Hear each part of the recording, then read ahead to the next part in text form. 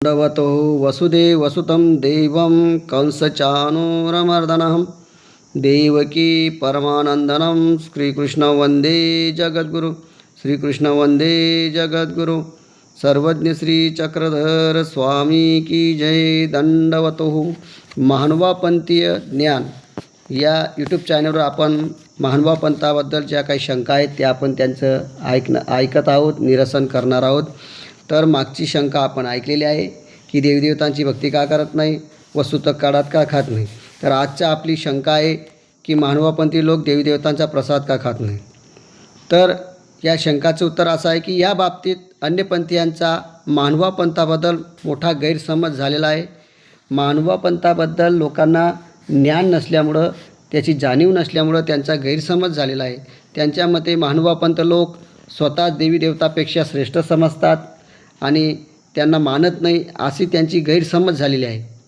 त्यामुळे ते प्रसाद ग्रहण करीत नाही, पर्यायी देवदेवतांचा अपमान करतात, असं वगैरे त्यांची गैरसमज झालेली आहे। परंतु वस्तुस्थिती अशी आहे की महानुभावपंथी लोक इतर अन्य देवीदेवतांची भक्ती देवीदेवतांना अधिक मानतात, त्यांचा आदर करतात, त्यांना कमी कधीही लेखत नाही, तुच्छ कधीही लेखत नाही, त्यांचा अनादर कधी करत नाही। तसंच स्वामी श्री चक्रस्वामीसुद्धा आज्ञा दिलेली आहे की कोणत्याही देवतेची अवहेलना किंवा निंदा केल्यानं श्री चक्रस्वामीच्या जीवनचरित्रात कुठेही आढळलेलं नाही। स्वामींनी कधी निंदा केली नाही आणि त्यांचे जे भक्त आहेत, गुरु केलेले उपदेश आहेत, नामधारक आहेत, ते सुद्धा कधीही त्यांचा अवहेलना करत नाही, त्यांचं नाव घेत नाही, त्यांच्याजवळ जात नसल्यामुळं। कारण ते परमेश्वर, एकानिष्ठ परमेश्वराची भक्ती करतात आणि त्या परमेश्वराच्या त्या शक्ती आहेत, त्यांच्यामुळं ते परमेश्वराचीच भक्ती करतात, परंतु देवतांची काही ते अवहेलना करत नाही, निंदा करत नाही। आणि चक्रस्वामी असं देवता जर केलं असेल तर त्याला शिक्षाही दिलेली आहे। म्हणून महानुभावपंथ सर्वांना श्रेष्ठ मानत असतो। उलट पक्षी देवताच ते मान्यता देतात। कोणी जर देवतेचा उपहास केला असेल तर त्यांना मुळीच ते खपत नाही। त्यानुसार देवतेला विरोध होऊ नये म्हणून तिची अवहेलना होऊ नये व मानहानी होऊ नये, या बाबतीत श्री महानुभावपंथामध्ये लोक इतकी दक्षता बाळगतात की ते चालताना आपल्या पायांची उडणारी धूळ, जर एखादं मंदिर असलं, त्या मंदिरामध्ये जर कधी ती देवता असली, त्या देवताच्या जवळून जर तो गेला तर ती पायाची धूळ वगैरे त्या देवतेवर उडते आणि त्या उडल्यामुळे ती देवतेला क्षोभ होतो, संताप होतो, त्याच्यामुळे ती देवता आपल्याला नरक भोगवते। म्हणून महानुभावपंथामध्ये दक्षता घेतली जाते की त्या देवतांच्या प्रतिमेवर, त्यांच्यावर धूळ उडू नये। आपण अन्य लोक त्यांचीच भक्ती करतात, त्यांच्यावर धूळ उडतात, तिथंच थुंकतात, तिथंच लघवी करतात, तिथंच त्या पाठ करून त्यांच्याकडे बसतात, तिथंच कोणी दारू पितात, कोणी तिथं व्यसन करतात अनेक प्रकारचं। आणि ती देवता कसं काय प्रसन्न होईल?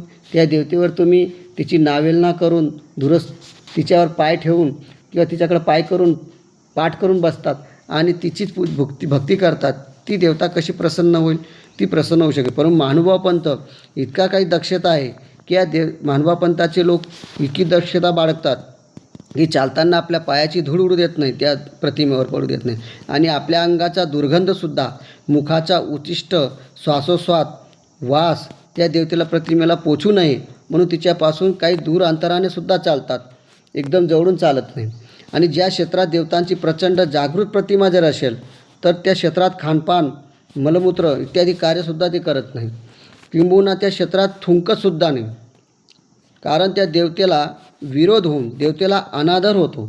म्हणून देवताचा नियम कडक आहे, ज्या देवतेची तुम्ही भक्ती करत आहात त्या देवतेलाच आपण दुखवतो, त्यांचे नियम पाळत नाही, म्हणून ती देवता आपल्याला प्रसन्न होत नाही, उलट ती कोपली जाते। परंतु याच्या विरुद्ध महानुभावपंथ सर्वात काटेकोरपणाने ते आचरण करतो आणि त्यांची अवहेलना करत नाही। एकाच परमेश्वराची भक्ती करतो, देवतेलाही त्रास देत नाही, देवतावाली भक्ती करणाऱ्याला सुद्धा त्रास देत नाही। त्यांच्याकडे ते म्हणतात तुम्ही तुमची भक्ती करा, तुमच्या प्रकारे करा, ती भक्ती करताना तुम्ही काटेकोरपणे करा। म्हणून महानुभावपंथही जास्त काटेकोरप्रमाणे भक्ती करत असतो, कारण त्या देवतेला विरोध होऊ नये म्हणजे त्याचा अनादर होत नाही।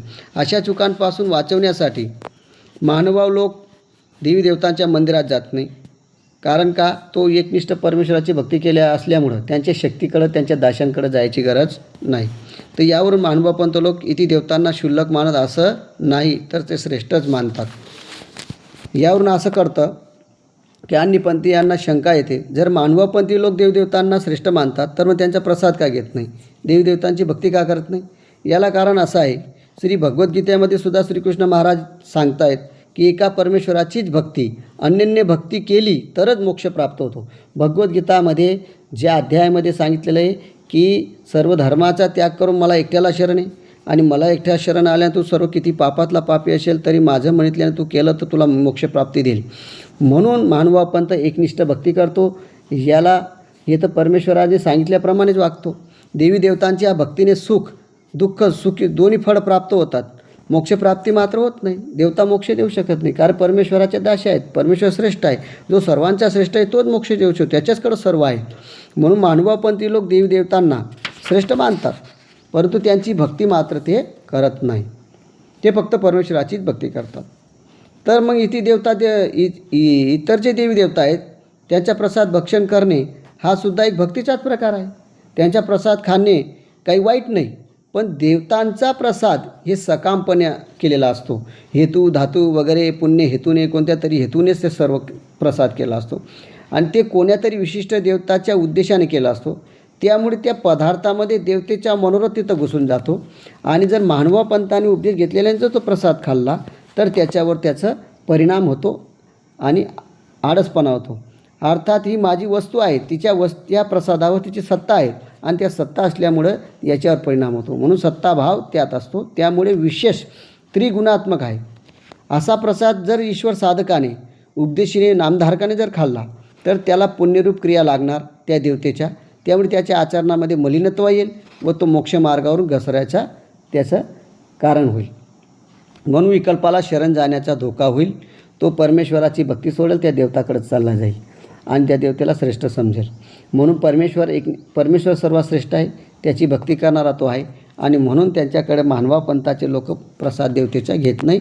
यालाही कारण आहे. म्हणून अनुपंथीयांमध्ये ही जी काही गैरसमज आहे ती दूर करण्याचं काम आपलं आहे. म्हणून अनन्य भक्तीचे पंथ सांभाळण्यासाठी मोक्ष प्राप्तीसाठी ईश्वर भक्त देवदेवतांचे प्रसाद खात नाही. एवढंच आपण जाणून घ्यावं. कोणाला याच्यात राग रोष येणं किंवा कमी जास्त समजणं किंवा श्रेष्ठ कनिष्ठ समजणं असा भाव नाही. परमेश्वराने सुद्धा श्रीकृष्ण महाराजांनी तेच सांगितलेलं आहे. त्याचंच आचरण महानुभावपंथ करतो आहे. जे गीता सांगितलं तेच करतो आहे. जे परमेश्वराने ब्रह्मविद्या शास्त्र सूत्रपाठात सांगितलं तेच आचरण करतो आहे. म्हणून ते प्रसाद खात नाही. याचा राग रोष येणं किंवा देवभावना करणं हे बरोबर नाही. पण त्या प्रसादाचा महानुभावपंथी लोक अनादर करीत नाही. त्यांच्या श्रद्धेला तडा जाऊ नये म्हणून कोणी प्रसाद घेण्याचा आग्रह केला तर युक्तीने टाळतात आणि आला नाही तर घेतात आणि ते कुणालाही देऊन देतात. यानंतरही कुणी जबरदस्तीने खाण्यास भाग पाडले तर त्यांना सांगावे की काहीतरी आम्हाला आजार आहे, काहीतरी आमचे नियम आहे, उपास आहे, काहीतरी गोड खाऊ नये, पथ्य आहे, असं सुद्धा सांगूनसुद्धा आपण बाजूला होऊ शकतो. ही मानवपंथाची कुशलता आहे. म्हणून मानवपंथामध्ये उपदेशीला ज्ञान नसल्यामुळं तो तसा वागत नाही आणि कसाही करत बसतो आणि खाऊन घेतो, म्हणून तो वाया जातो. तो उपदेशी काही कामाचा नाही. ज्याने आचरण केलंच नाही तो उपदेशी काही कामाचा नाही. तो फक्त नामाने उपदेशी आहे. म्हणून ज्ञान पाहिजे, आचरण पाहिजे. आचरण केल्यानंतर त्या गुरूंजवळून आपण ज्ञान घ्यायला पाहिजे काय काय आचरण. त्याचप्रमाणे जीवात जन्ममरण चक्ररूपी जे मधुमेह झालेला आहे त्यापासून मुक्ती मिळवण्यासाठी परमेश्वरूपी डॉक्टराची आचरणाची काही पथ्ये सांगितलेली आहेत. जसं एखादा आजार जर आपल्याला झाला, रोग झाला, तर डॉक्टराकडे आपण जातो. डॉक्टर आपल्याला कडू औषध देतात, फार कडू असतात आणि ते कडू औषध जर आपण घेतले तर आपण वाचतो. डॉक्टर सांगतो हे औषध कडू आहेत, कशी बी आहेत, तुम्हाला जर वाचायचं असेल तुम्ही घ्या. त्या ठिकाणी प्राण वाचवण्यासाठी आपण कितीही कडू औषध असलं तरी आपण घेतोच, त्याचा विचार करत नाही. आणि मानवापंथामध्ये परमेश्वर प्राप्त पाहिजे, आपल्याला मोक्ष मिळवायचा आहे, परमेश्वर मिळवायचा आहे, त्याच्यासाठी काही कडू आचरण आहेत.